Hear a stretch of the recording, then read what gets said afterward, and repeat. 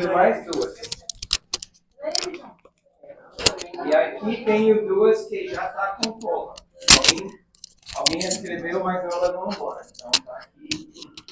Vamos ver.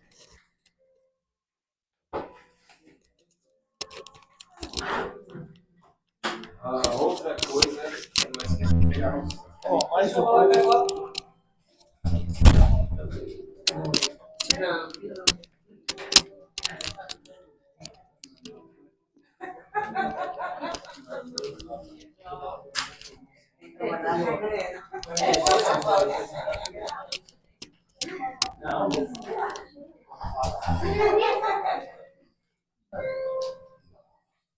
Eu vi a Alex e também.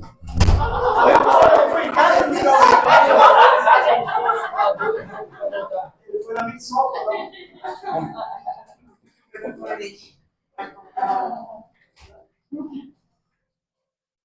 Pronto. Tá bom, boa noite a todos. Desculpe o nosso atraso. Eu estou grato a Deus pela escolha que Ele me deu, porque houve uma grande falha na minha memória hoje e ela tem decorrido disso.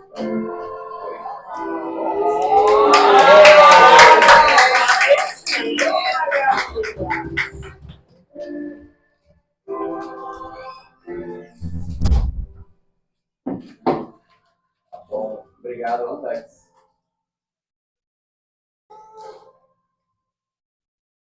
Enfim, podemos fazer o estudo hoje porque ela se sacrificou para cobrir a minha falha. Então, graças a Deus, ela tem. Podemos agradecer a Deus ou não depois. Ok? Bem, vamos orar e a gente pode começar. Obrigado, Pai, por esta noite. Obrigado por tua bondade em nossas vidas. Obrigado por este tempo aqui que podemos abrir a tua palavra, nos dar entendimento e nos ajuda, Pai, de podermos entender e sermos moldados e transformados por meio da tua palavra. Te louvamos agradecidos por tudo que o Senhor é em nossa vida. Seja glorificado no nosso meio. Também pedimos a tua bênção no coral.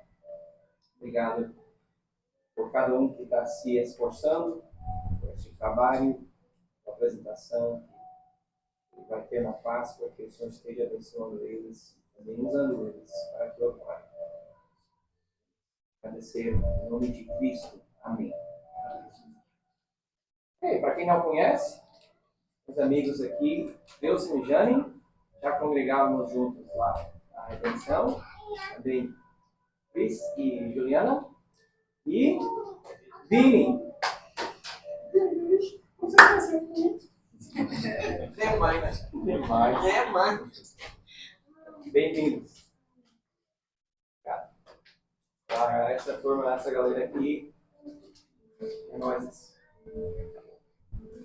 Ok, a gente terminou semana passada na metade do último parágrafo, última sessão de Romanos 3. Então vamos abrir para Romanos 3, e a gente vai ler estes versículos de novo e podemos seguir um pouco mais no nosso estudo. Romanos 3.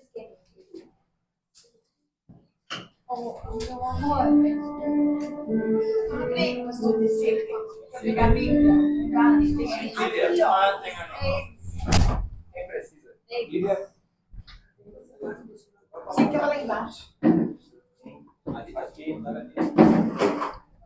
Isso. Tudo bom?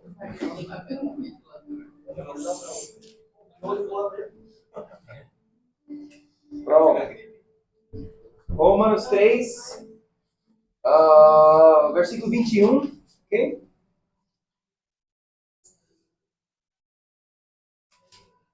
A conclusão aqui. Mas agora sem lei, a justiça de Deus se manifestou, sendo testemunhada pela lei e pelos profetas.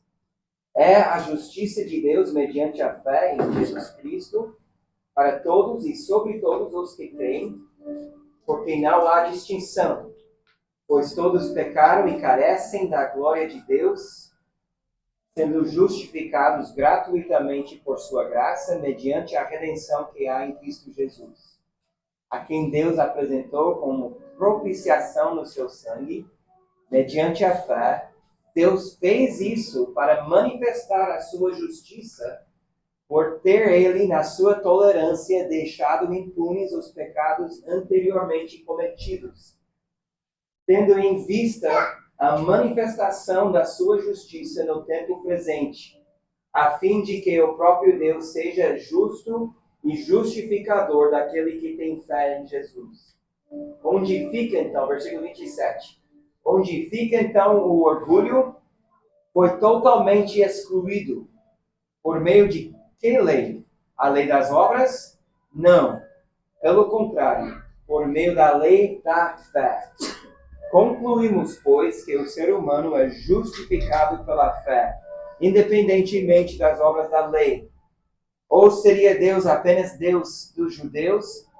Será que não é também Deus dos gentios? Sim, também dos gentios, visto que Deus é um só, o qual justificará o circunciso a partir da fé e o incircunciso por meio da fé. Anulamos, então, a lei por meio da fé? De modo nenhum. Pelo contrário, confirmamos a lei. Amém. Ok, estamos no final dessas primeira parte. Tchau, meninos. Boa descida para vocês.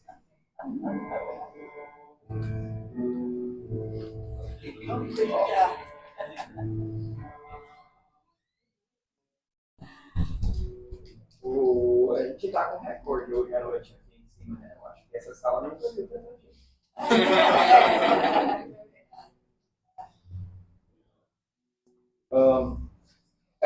Este parágrafo é a conclusão, bem no final, de todo um argumento que vem sendo traçado em Romanos até aqui. Agora, a gente, na próxima vez, vamos abrir capítulo 4.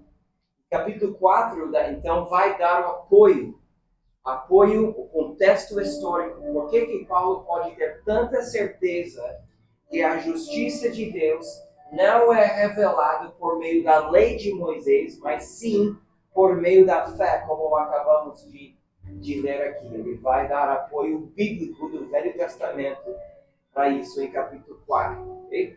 Mas ele tem traçado todo um argumento até este ponto, mostrando como a Bíblia condena todos os homens, mesmo aqueles que não conhecem a lei de Deus, todos são condenados, merecedores da ira de Deus, da mesma forma.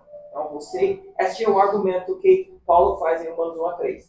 Você não pode nem saber do primeiro mandamento, muito menos saber que está quebrando este primeiro mandamento.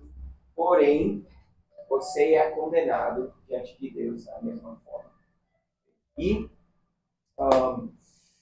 na verdade, ele fala desta forma, mas não é num caso onde ele está simplesmente apontando o dedo no nosso ferido, na nossa culpa. Ele fala que somos condenados, mas daí ele lembra a gente, em capítulo 2, que também gostamos de julgar os outros, enquanto nós cometemos as mesmas coisas que julgamos as outras pessoas. Pessoas muitas vezes dizem para nós que,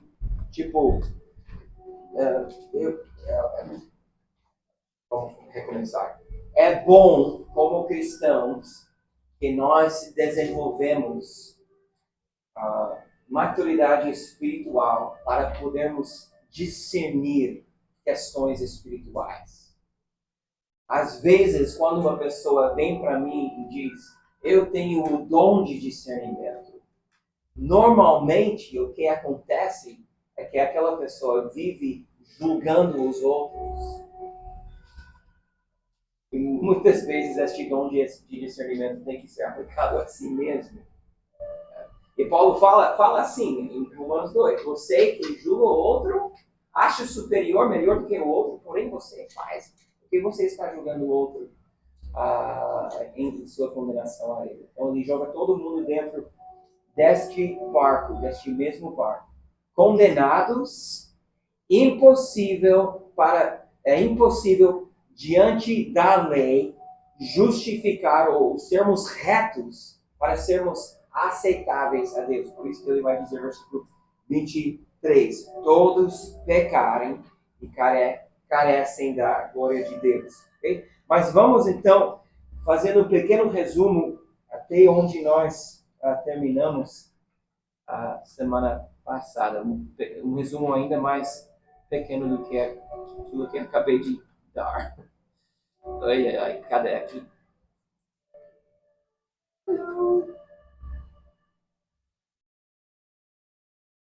Achei. Pronto.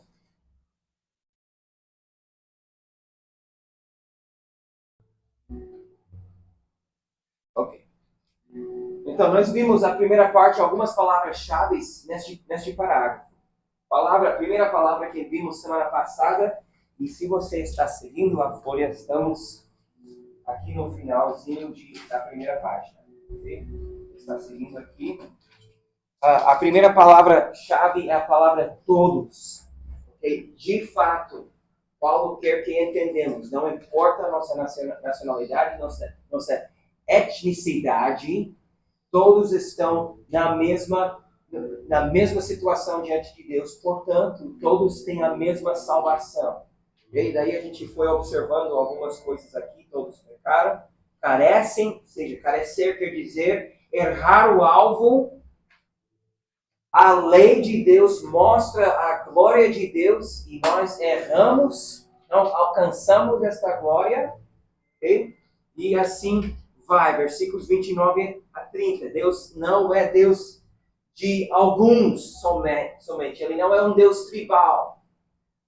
Mas o que ele estabelece como Criador, ele estabelece para todos. Ele é o mesmo de todos. E versículo 28, então, a conclusão é que todo ser humano é justificado também por meio da fé.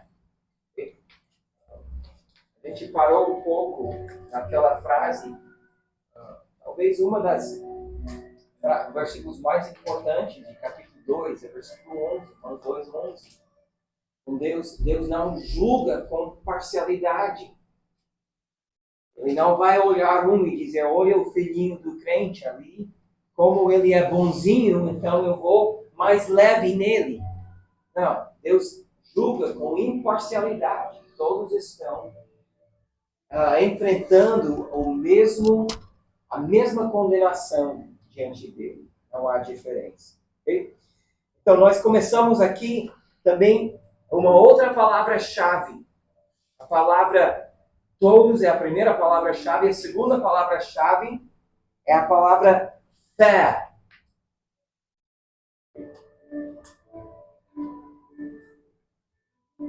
O que é algo importante que nós temos falado sobre fé? Que vocês lembram? Eu vou crer que vai acontecer. Fé não é um músculo espiritual que a gente exercita para termos mais força. E não é. Fé eficaz tem que ter fé eficaz, quer dizer, fé que funciona, que entrega aquilo que é prometido, tem que ter um objeto. E fé somente é válido na medida que o objeto em que deposita é válido. E essa é a fé que a Bíblia apresenta para nós. Okay? E precisamos sempre lembrar disso ainda mais no nosso contexto evangélico hoje em dia. Okay? Agora, olhando versículos 20 e 21, esta é a dúvida que Paulo está tratando. Podemos até perguntar, se a gente tem estudado, olhado todo este trecho até aqui, a gente poderia chegar a Paulo e dizer, então, para que serve?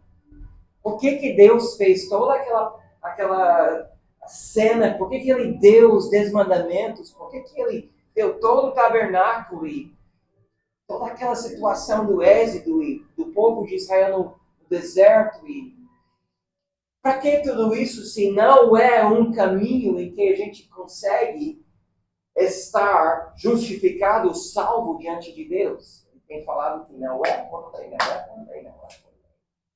Para que serve? Qual é o papel da lei dos profetas se não é para revelar a justiça de Deus a todos? Aí ele vai dizer, versículo 21, olhe na sua Bíblia. Qual foi a função no entendimento de Paulo aqui? Da lei. Servia qual propósito da lei dos profetas? Versículo 21.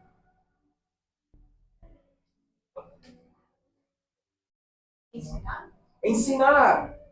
Muito bem. Ensinar o quê? Dar testemunho da verdadeira justiça de Deus. Agora, diante de nosso raciocínio, isso é uma lógica invertida. Nós não damos uma lei, nós aqui, seres humanos, não damos uma lei para mostrar que nós não conseguimos cumprir ela. Mas Paulo está dizendo que Deus, não é o único propósito, mas um propósito principal pelo qual Deus deu a lei foi para mostrar para nós que não conseguimos alcançar a santidade, a justiça que Ele exige. Isso é verso 23. Todos pecaram e são destituídos da glória de Deus, ou carecem da glória de Deus, não alcançam a glória de Deus.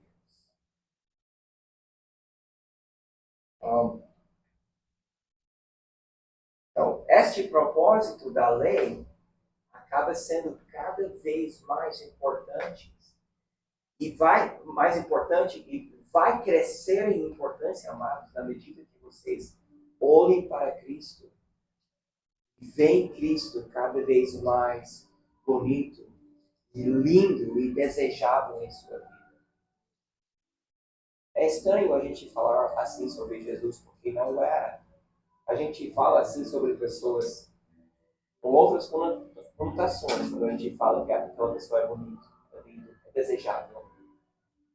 Mas, de fato, a Bíblia fala sobre Jesus assim, o homem mais desejável de todos. E na medida que ele cresce assim em nossa mente, a gente vai ter apreciação melhor, maior, pelo propósito da lei em nossas vidas. Agora, a lei veio para mostrar nossa pecaminosidade, para testemunhar de uma justiça que ela não conseguia entregar. Agora a gente vai olhar 4 palavras-chave que vem em seguida nesses versículos. E a gente está agora falando de versículos 24 e 25. Okay? 4 palavras-chave. Ok? Isso é uma. Graça é outra. Redenção é outra. Propiciação é a quarta. Então vamos com a primeira que aparece ali no texto. Graça. Graça quer dizer favor e merecido. Favor e merecido. Agora, qual é a diferença entre graça e misericórdia? A gente está na segunda folha aqui, segunda página. Se você está seguindo aqui, letra B, palavra-chave, fé. E aí 4 palavras importantes. A primeira é graça. Letra A. Qual é a diferença entre a graça e misericórdia? Também. Isso é o que eles têm em comum, na verdade. Graça e misericórdia vêm da vontade de Deus. Então, graça é favor e merecida. Misericórdia nem sempre é merecida. Muitas vezes a pessoa merece misericórdia e outra pessoa sente esse sentimento por ele. Aí que a pessoa pode ter mérito próprio, sim. Está carente, está numa necessidade, porque sofreu muito, porque foi injusticiado, ele é digno de misericórdia. Mas nós não somos dignos de graça, porque é algo imerecido, não merecido. Necessitamos de graça. Eu só iria ajustar essa definição um pouco para não pensar num contexto de como a gente usa. Por isso que eu faço a pergunta. Ele usa a palavra, oh, misericórdia. A gente nem sabe o que a gente está dizendo às vezes, mas tem uma conotação de um coitado ou de uma circunstância ruim que talvez não tenha saída ou precisamos mostrar alguma bondade, alguma coisa assim. Mas no contexto teológico aqui, misericórdia e graça são dois lados da mesma moeda, porém são dois lados diferentes. E quando a gente fala de graça, favor, a gente está falando de um benefício, um favor imerecido, algo que eu recebo de bom que eu não mereço. Estão comigo? Misericórdia, agora Paulo não fala de misericórdia aqui, porém acompanha. Então a gente sempre fala eles juntos. Misericórdia quer dizer... Ok?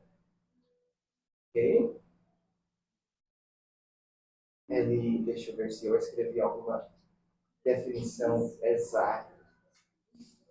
Etimologicamente, misericórdia é misericórdia, que seria sentir no coração a miséria do outro. Okay? Essa é a raiz da palavra. Sim, sim. E acontece porque Deus resguarda ou salva a gente de uma ira merecida. Então, graça é receber o que nós não merecemos. Misericórdia, no contexto da salvação, é não receber o que é merecido.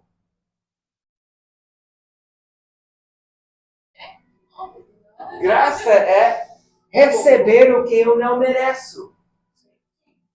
Misericórdia é não receber o que eu mereço. Eu mereço a ira. Exatamente. Pela misericórdia de Deus, eu não vou Deus, na sua misericórdia, não me dá o que eu mereço. Então, quando a gente pensa sobre salvação, não é somente que a gente está lembrando de algum dia maravilhoso em que a gente vai estar no céu com Deus. Mas isso vem também na contramão de onde devíamos ou onde merecíamos estar.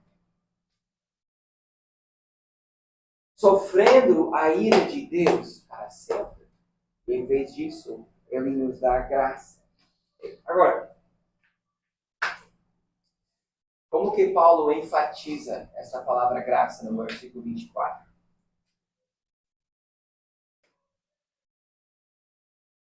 Justificados. A graça ela é gratuita. Isso, Davi.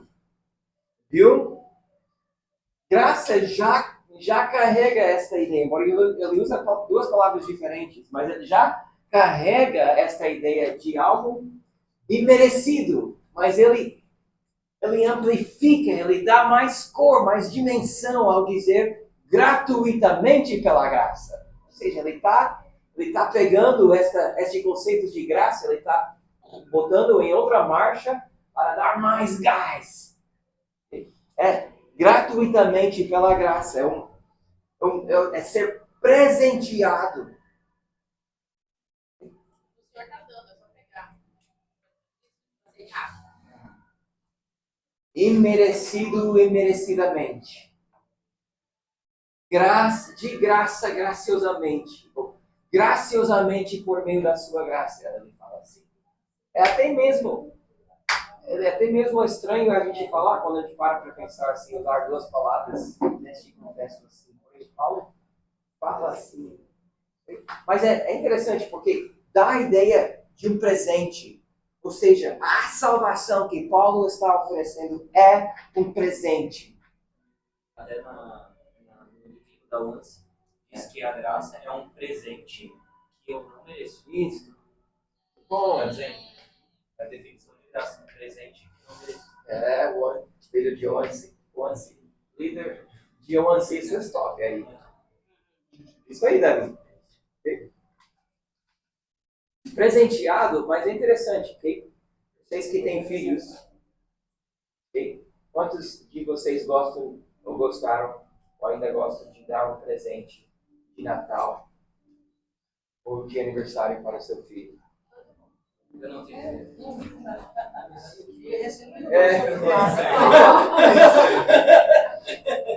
Pode ser, ele está trabalhando agora, talvez não tenha Já economiza desse Já pegou ele já. Já entendi. Mas é interessante que a gente pensa como a graça de Deus, a salvação, não é como eu gosto de presentear meus filhos. E meus filhos recebem um presente, seja de Natal ou aniversário de mim, que eu não dou para outras crianças que moram na nossa rua, por exemplo. Eles recebem um presente merecido porque eles são meus filhos. Mas este não é o caso aqui com a salvação pela graça. Não tivemos em nada, éramos destituídos da glória de Deus. Por isso que é graciosamente pela graça. Fala dessa forma. Não é porque a gente já era filho dele, mas enquanto ainda éramos pecadores. Ele vai dizer em Romanos 5, versículo 8. Cristo morreu por nós. Okay? Graça. A próxima palavra é justificação.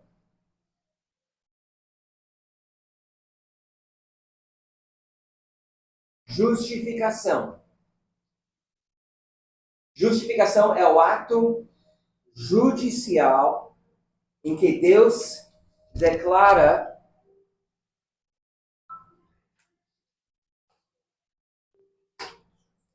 justo o pecador.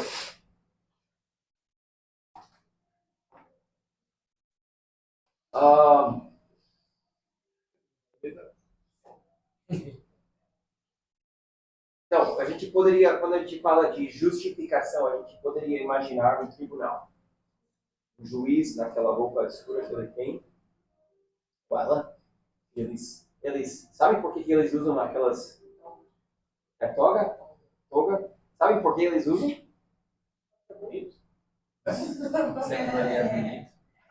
Na verdade, tem um conceito super importante atrás, né? Porque eles devem usar aquela toga porque nós não queremos ver o individual, nós queremos ver a lei sendo aplicada. E aquela roupa agora não funciona assim, né? A gente bem sabe que a gente vê a pessoa e a pessoa quer que a gente vê a pessoa. Isso é o que acontece. Mas no conceito judiciário, de antigamente, veio por causa disso. Tá? Apagar com a pessoa para que a lei sobressaia. Um visual. Sim, já aconteceu. Mas no caso de Deus, okay, quando a gente vê a palavra justificação, a gente está pensando num juiz que declara que o culpado nunca pecou, não está culpado mais. É o ato judicial em que Deus declara justo o pecador, como se fosse o juiz olhando todas as provas contra o condenado e mesmo assim declara inocente. Isso é o que quer dizer a palavra justificação. Anular. Perdoar. Okay? Mas não é somente, agora fique comigo, porque não é somente que ele diz que você nunca fez nada de errado. Agora para frente, daqui para frente está contigo. Justificação não é assim. Você chega a Cristo e ele cobra todo o seu passado, mas agora pela frente Você que tem que... Não. Ele não somente na justificação anula, ou como que nem diz Colossenses 2, cancela a acusação que estava contra nós. Okay? Ele declara de tal ponto para que parece que nunca pecamos e sempre obedecemos.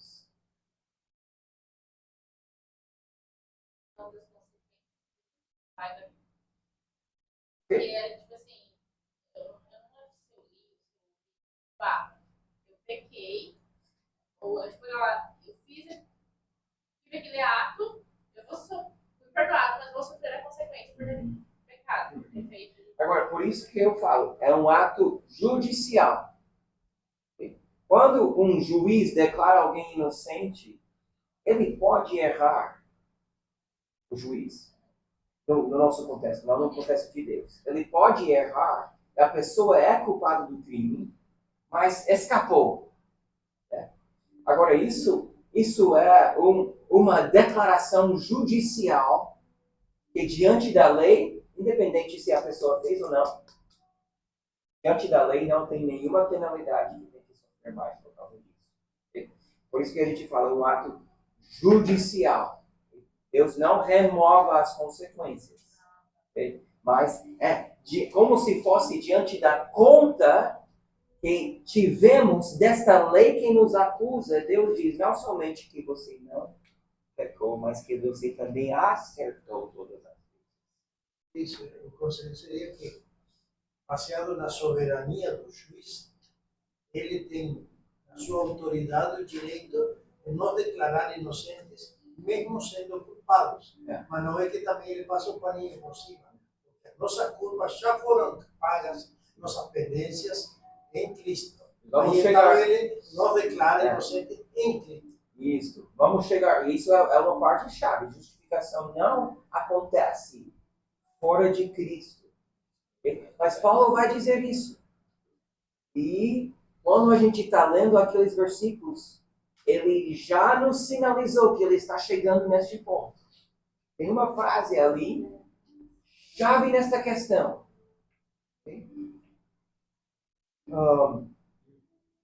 Achou? Talvez? Foi? Verso 25? Não é 24, é mais para frente. Qual é a pergunta?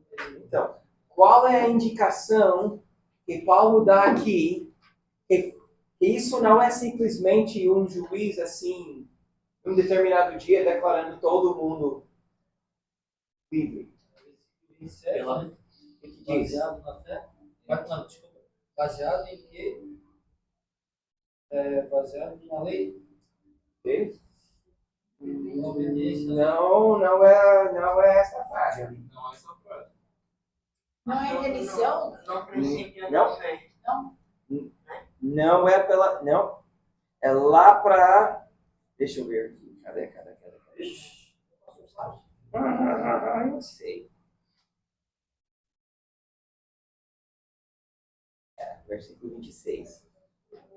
Dá duas características de Deus em versículo 26.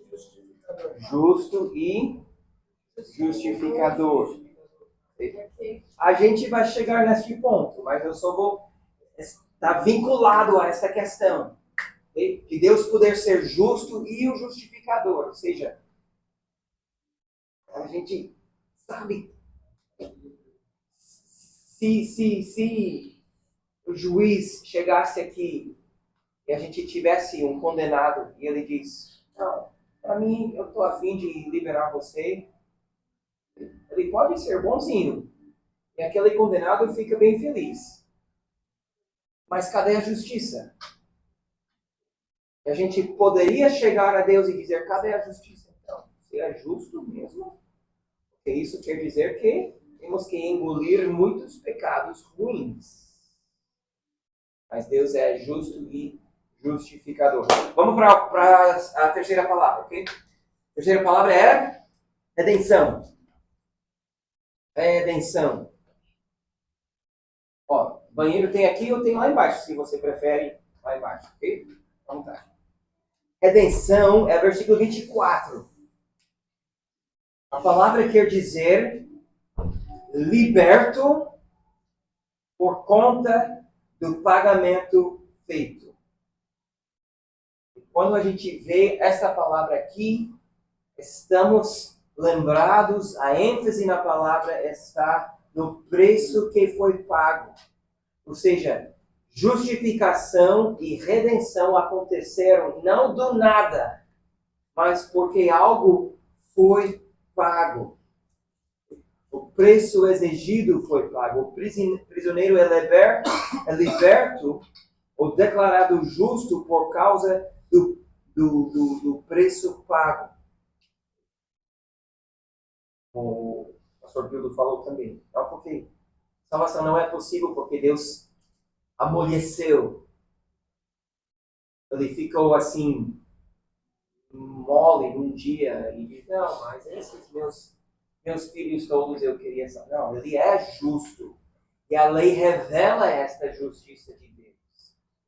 Então ele não desligou isso da sua acusação, mas de repente a consequência, o castigo, não a consequência imediata, mas o eterno, ok? O salário foi pago. Não é isso que Romanos 6 vai dizer? O salário do pecado é a morte. O salário, podemos dizer assim, o salário da redenção é a morte. E Romanos 6, 23 está dizendo. Okay? Então, redenção quer dizer liberto por causa do preço pago. E a quarta palavra, talvez a mais preferida, se posso falar assim, pessoalmente, é a palavra propiciação. Propiciação é o sacrifício que desvira a ira de Deus. Agora, só uma pergunta, talvez, parece que não entender mesmo. Essa questão da propiciação, o fato desse sacrifício seria somente um sacrifício de morte, sim, ou algo que para mim foi muito difícil, não que eu fiz e vai tirar da ira, mas teve uma propiciação na minha vida através de um sacrifício que realmente foi verdadeiro, não envolvendo morte, algo assim, ou não, é só um sacrifício de morte que se torna propiciação? A palavra vem de um contexto do Velho Testamento. Sem entender, olhar para trás, a gente não consegue entender essa palavra. Então, vamos chegar a essa conclusão. Ele diz, versículo 25, a quem, falando sobre Jesus, Cristo Jesus, a quem Deus apresentou como propiciação. Até a palavra apresentou. Agora, vocês que estavam conosco quando trabalhamos o tabernáculo, faz alguns meses. Vão lembrar do tabernáculo. Lembra das duas salas dentro do tabernáculo? O maior, que é o lugar santo, e o menor, que é o Santo dos Santos. Dentro do Santo dos Santos tinha uma caixa, a chamada Arca da Aliança. Arca da Aliança, porque dentro desta caixa, o que tinha dentro? A lei. O que a lei faz? Condena, acusa, julga. E estava dentro desta caixa, esta lei condenando o povo. E em cima desta caixa, o tampo da caixa era chamado o propiciatório, ou seja, o lugar onde o sacrifício que desvira a ira acontece. Era o lugar onde o sumo sacerdote, quando entrava uma vez no ano, rociava todo, partia todo, ficava todo o campo de batalha de sangue. Esse propiciatório todo banhado, horrível. Imagem impressionante, sangue simbolizando o sangue. E essa cerimônia toda, se você quer anotar, acontece, é descrito em Levítico 16. São 3 sacrifícios que aconteceram naquele dia. Primeiro, quem iria levar este sangue para dentro precisava fazer um sacrifício para si. Depois, mataram o boi, pegaram o sangue, entravam lá dentro, como o pastor Bildo falou ali, e aspergia este sangue em cima daquele tampo, simbolizando que aquela acusação da lei estava apaziguado. Deus não iria condenar e julgar por todas as vezes que o povo descumpria aquela lei naquele ano. Só que aí o que acontecia? Isso precisava acontecer todo ano. Que sacrifício é esse? Que uma vez feito, daí tem que ser repetido. Não é muito eficaz, né? Se você tem que fazer de novo, fazer de novo, fazer de novo, e ao longo dos anos, quantas vezes esse sangue ficou lá e daquela coisa que era feita de ouro fica cada vez mais mais ruim de olhar, de aparência, assim, porque estava sendo feito esta propiciação ali.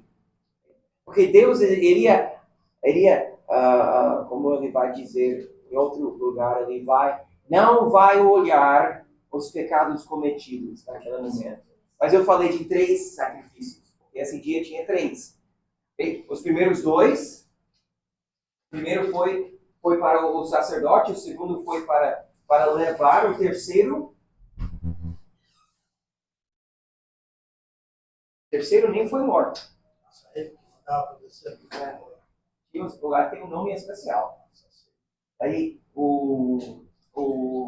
a cerimônia acontecia assim. O sacerdote levava este outro animal que não foi morto, um bicho, né? Um boi. Ele colocava a mão dele na cabeça do animal e confessava o pecado do povo. O que ele iria dizer?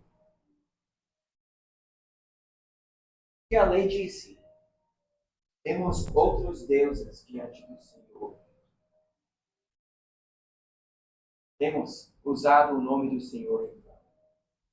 Temos feito ídolos. Não guardamos o sábado. Não honramos nosso pai, a nossa mãe. Matamos, mentimos, cobiçamos, adulteramos. Ou seja, ele confessa o pecado. Daí este terceiro boi, escapa livre, ele é levado para longe, fora, no deserto. E lá ele é abandonado. Por quê? Porque a propiciação é o sacrifício que desvira a ira de Deus. Então, naquela cerimônia onde o sacerdote está com as mãos em cima do bicho, como se fosse simbolizando a transferência da culpa das pessoas para aquele animal, mostrando disso para que aquele animal afastasse de Deus. E nós ficamos do lado de Deus. Uma poeta, Frances Havergal, ela escreveu muitos hinos. Ela falou assim sobre propiciação. Ela falou: onde estão os meus pecados, ali também tem que estar a ira de Deus. Daí a gente pega este conceito e a gente volta para Romanos 3 e a gente vê que ele diz que Jesus Cristo, a quem Deus apresentou como propiciação, ou seja, ele, como o sacerdote, iria apresentar aquele sacrifício, aquele boi, mas aquele boi nunca podia, ele só cobria o pecado. Ele nunca conseguia limpar, perdoar, tirar. Porque ano que vem teria outros pecados, outros sacrifícios. Mas Deus apresentou Jesus e podemos olhar para toda aquela cerimônia e saber, puxa, Deus dando um visual do que iria acontecer com Jesus. Deus apresentou Jesus como propiciação no seu sangue. O que aconteceu na cruz? Naquele momento, Deus disse, Jesus clama, meu Deus, e Deus estava julgando os pecados em Jesus. Nesse caso, dá para se dizer que não, nesse específico momento não houve misericórdia. Não houve. Não houve. Deus não foi misericordioso com Jesus. Por isso que a gente fala assim sobre Jesus, que ele bebeu o cálice da ira de Deus. E ele estava se tornando nossa propiciação. Agora, propiciação não é uma palavra que a gente vai sair usando em nossas conversas diárias, porém acaba sendo um conceito muito precioso para aquele que conhece essa salvação, que tem este perdão. Já estou no nosso tempo, nós temos algumas conclusões importantes. Deus é justo, ele também é justificador. Já entramos nessa ideia A e B. Deus é justo, ele é justificador. Ele pode ser assim porque ele não isentou você do seu pecado. Seu pecado foi julgado. Jesus julgou. Jesus tomou o seu julgamento. Por isso que Deus permanece um Deus justo. Mas ele também pode justificar também pecadores. Okay? Sua santidade não é menor do que o seu amor. Sua justiça não é menos importante do que o seu perdão. Na verdade, quando a gente pensa assim, se você se interessa em estudar ou aprofundar em outras religiões, você não vai ver nada igual. Você vai ver deuses que exigem, deuses que fingem que não tem pecado, deuses que somente julgam e exigem que você seja melhor, mas somente o Deus nosso é assim, tanto justo como também justificado.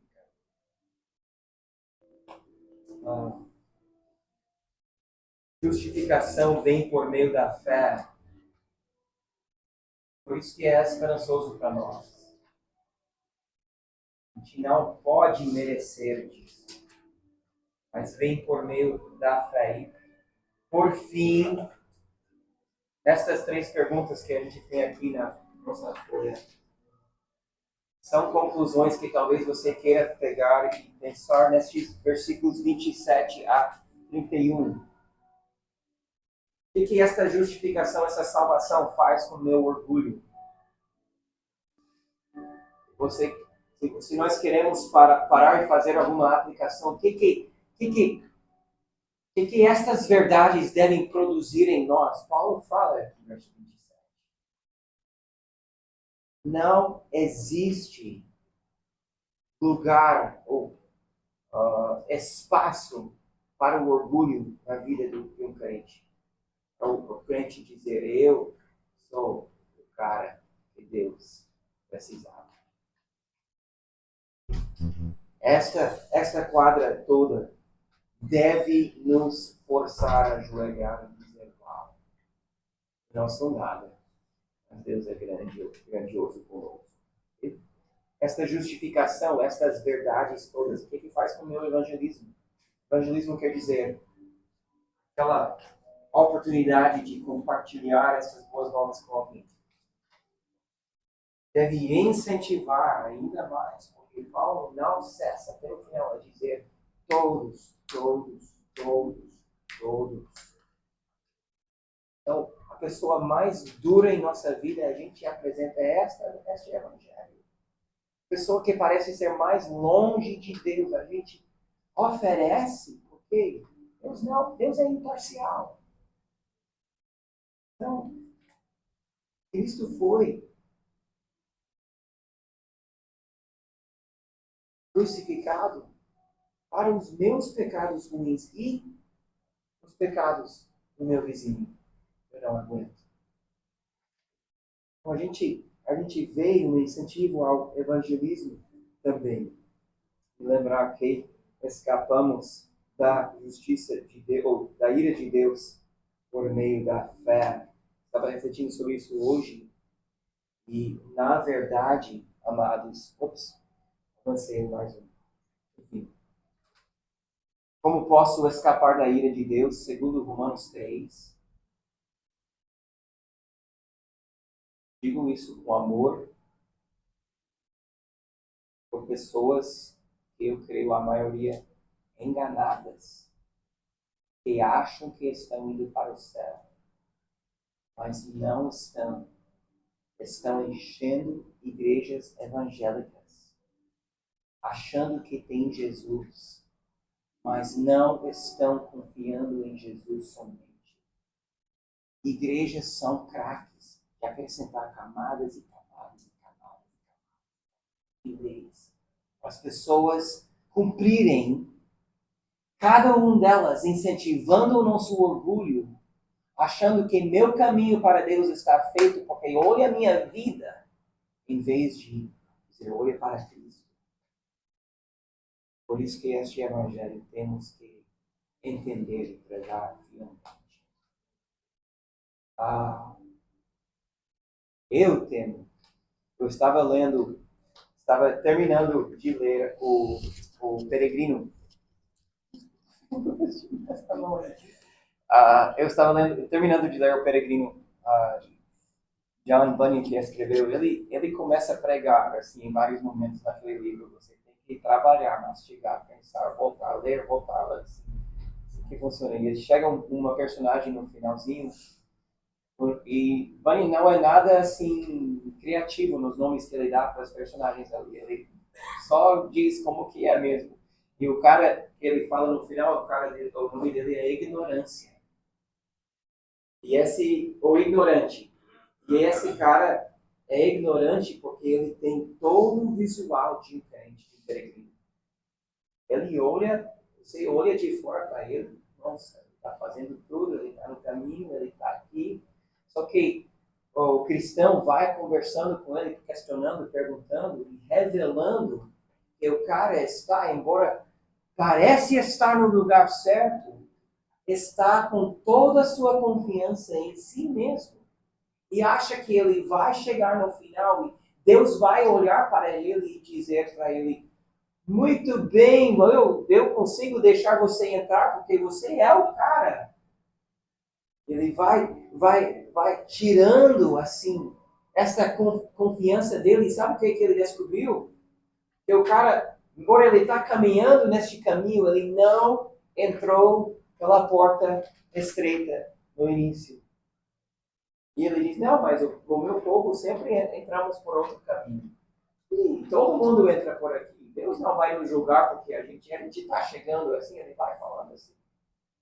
E a gente tem ao nosso redor muitos crentes que estão como ignorantes, achando que são salvos, mas estão confiando na sua própria justiça, ao não quer que a gente detona com isso. Alex. Pergunta bem simples. Ai. Eu já me peguei pensando em como falar desse evangelho para a gente que está, pelo menos, entendendo ele muito pela primeira vez ou não. Como passar isso para outros crentes, de forma a não parecer que você está atacando ou assim, falando que está errado. Na verdade, sem doer. A gente Você parece que eu estou ofendendo a pessoa por ela. Como que eu mostro para ela que ela pode estar numa seita e não vendo o verdadeiro, não sabe o que é o verdadeiro evangelho?